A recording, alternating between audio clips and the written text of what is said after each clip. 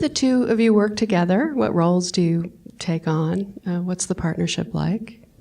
We sort of fell into it pretty easily. I mean, I shot everything, and Tracy sort of, would definitely run interviews when we would do the sort of stand-ups or sit-downs. Tracy would always run interviews. She's exceptionally good at it.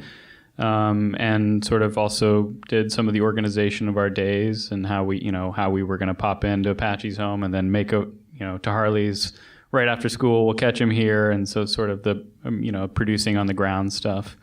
But, it was pretty fluid. And there were times when it would be, something might be happening and, we'd say, she would read my face that I'm capturing something and just kind of step back. And then other times it was, we would just do more things where, it was very planned, and we would say, okay, Andrew, we'd love to download about what's been going on with you over the last months or so. And, we'd get sort of the info.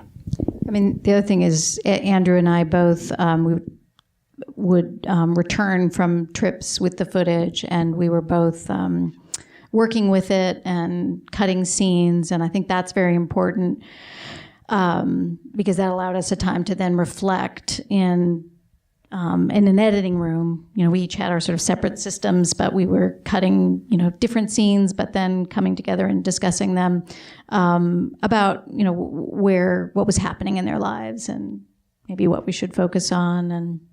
And the structure for this was really unclear. There wasn't, there are films where it's more clear, where, you're going to win the election or you're not, or, but that wasn't this. And so we knew that. And so that was always kind of a challenge to look for what these scenes were.